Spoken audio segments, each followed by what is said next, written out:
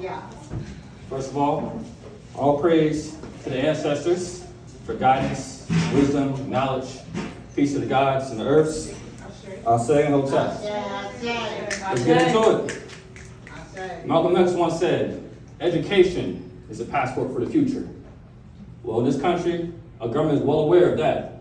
They've done everything in their power to keep black Americans on a tarmac for taking off. So after today's speech, we'll be interactive with you guys here. So when I say something and end with, is that so? I want you to respond with, that's cap. So if I say, black people only been slaves, is that so? That's right! Y'all get it, let's get into it. I'm educated, baby. So as I mentioned, in this country, our government's well aware that education is that passport. And for them, that means to hold us down has been Pearson McGraw-Hill, AKA the United States curriculum. As many of you guys know, oftentimes, we're taught about a traumatic history in our country. In school, we're taught our history begins with slavery, then moves to Reconstruction, and then Jim Crow, and the Civil Rights Movement, and a whole traumatic negative events that followed it. Every year, this is put back in our head during Black History Month. We're taught about the same subjective information. We're taught about the same people that stayed in line, the good ones.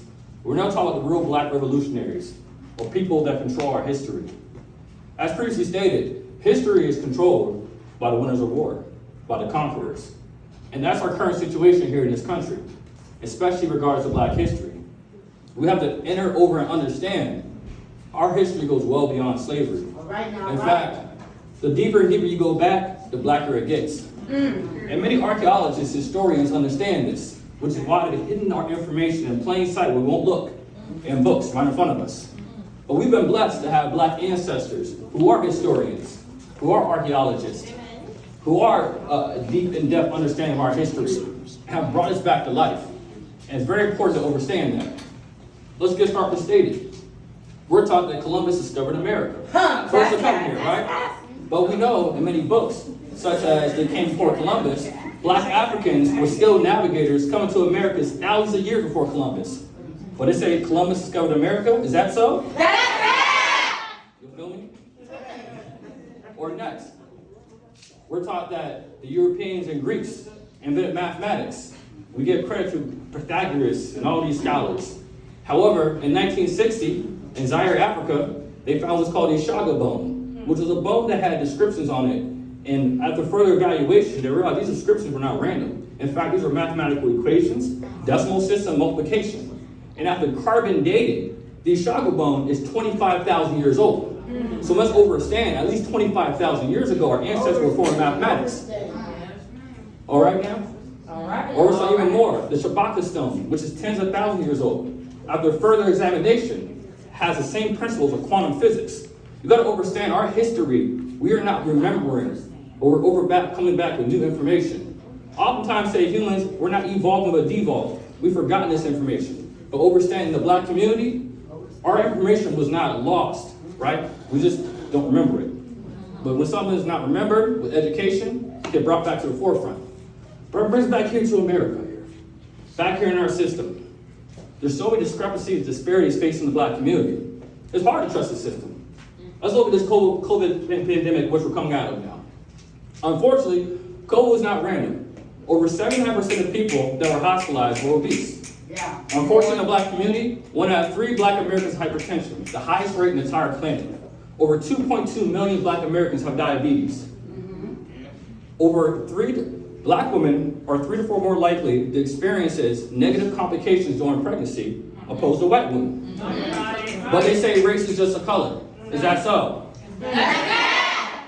But see, once you understand the system, you look yourself about it though. So I do find it very amazing that the government is now very proactive in trying to get the black community vaccinated, which is cool and all, but they seem not to care about the other elements or continue to be there after they're gone. All right now, all right. So we have to understand as well, what is the solution? There's been many holistic elements and ways. There's many people throughout time have written about this information. But see, sometimes the black community, because of white supremacy, because of racism, oftentimes we have this inferiority mindset. We think when black people say it's not true, we look for white people for the truth. And so, for example, someone like Dr. Sebi, you're aware of Dr. Sebi? And all this holistic work and stuff? Unfortunately, I watched many people in the black community discredit him and tear him down for the things he said. But if Dr. Fauci said that same thing, they'd be like, yes, sir, and believe it without a heartbeat. But again, because of this institutionalized white supremacy and racism, we're thinking we're inferior to that. But we gotta step up. It starts with our holding our officials accountable. Like our politicians. Every single year election comes, right? Black people, we get guilt tripped, go out and vote, because our ancestors died for us to vote. That's subjective and fear-mongering. Our ancestors died and sacrificed for the choice to go and vote. Don't ever forget that. Yeah. If you feel like 2 people are racist, don't vote for them. Simple as that. Hold your vote. In fact, we can protest in every manner, right? But I can't protest by holding my vote. We have to understand as well, racism is a bipartisan effort. I know it's very apparent that Republicans and conservatives oftentimes implement a lot of policies negative to the black community, but the reality is when you ask a black person or anybody, what has the Democratic Party done for the black community? They'll name you everything the Republican Party has done. Well, they've done this, they've done that. Vice versa. Ask Republicans, what has the Republican Party done to help the black community? Well, the Dems have done this, the Dems are the true racists. No one can say specifically tangible, actual policies specifically for the black community that's been beneficial of us. Oftentimes, black people are used as cheerleaders to push on other agendas to not benefit us. We're going to stand up and hold our officials accountable. This past 2020 election for me was honestly just like something out of the Twilight Zone, where we had someone like Donald Trump, who we perceived as racist and white supremacist and how to give up the paint. Cool, I got that. But every single other candidate running has some of negative history against black people as well. We're all aware of George Floyd, what happened in Minneapolis over a year ago, which sparked even more Black Lives Matter protests. We understand that Officer Derek Chauvin was finally actually convicted and actually sentenced to be guilty. However, we don't talk about the fact that, how about Senator Amy Klobuchar, who was a main contender for a Democratic candidate primacy, who was also running for Joe Biden's VP as well. Many don't know, Amy Klobuchar used to be a prosecutor in Minneapolis. Derek Chauvin has been killed 2 times before as an officer. And as prosecutor, she failed to do anything about that. Imagine Amy Klobuchar wasn't a coward and did her job and put Derek Chauvin in jail 2 times when he murdered someone before. George Floyd would be here today. But that was a Democratic candidate running for president. How about people know about Khalif Browder? Young man that was in a situation, got locked on Rikers Island on a racist stop and frisk. Ended up being solitary confinement, ended up killing himself through suicide. We don't talk about Mike Bloomberg, who's the mayor of New York, that created the stop and frisk policy. And he was just a prominent Democratic candidate for president. But these are racist policies they create. But these people are supposed to be on our side? Or how about our current president, Mr. Joe Biden? We talk about right now oftentimes disparities you see now with marijuana, and how for years black people were locked up and incarcerated on a large number for selling marijuana, non-violent crimes, right? But here we are with Joe Biden, who wrote the 94 crime bill and fought hard to make sure that minimum mandatory sentencing for marijuana, where he saw so many black men taken off our streets, and turn around and say the problem, what are we gonna do about this? And we elected the person that put the problem in the first place. We have to step up and understand this. Again, what I'm saying is that we need tangible policy.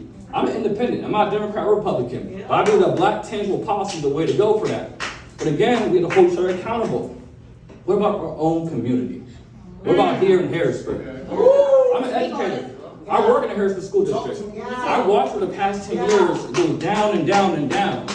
And it hurts and saddens me to say that black people in position of power use that same white supremacy tactics to steal and exploit our own people. And you know who got screwed over by it? The kids, our next generation.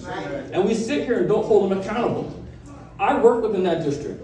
I see these people. I don't think they're bad people individually, but oftentimes it is nepotism. Because we grew up with them. We went to church with them. That's such and such cousin. We're scared to speak up. We have all that's known for Trump, but we got plenty of Trumps in our own community who don't say nothing about it. Talk to us! So, when you say that black people are oppressed, is that so? No, That's that. It's a psychological process to go into it. How about economic power? The black community has an annual $1 trillion annual spending power. 98% of that is spent outside of the community. We have to understand if reparations are going to come, do we have a tangible plan in place? What's going to happen with that? We need more group efforts to come together. The other day, I went to pick some food up for my girlfriend. I went to the Asian Mart. I saw them there with this Asian Mall. They have a whole complex for themselves. I walked past them with the nails, accounting, and a restaurant. I said, dang, they came together, bought themselves a mall, put all the stores in it. What's stopping us from doing that? We need to come together and understand that when we have group economics and coming together, anything can change. But we're talking we don't got no money. Is that so? That's So again, when we understand these are the pieces in play that are happening, accountability is a very big key to come back together. Again, Racism is a bipartisan effort.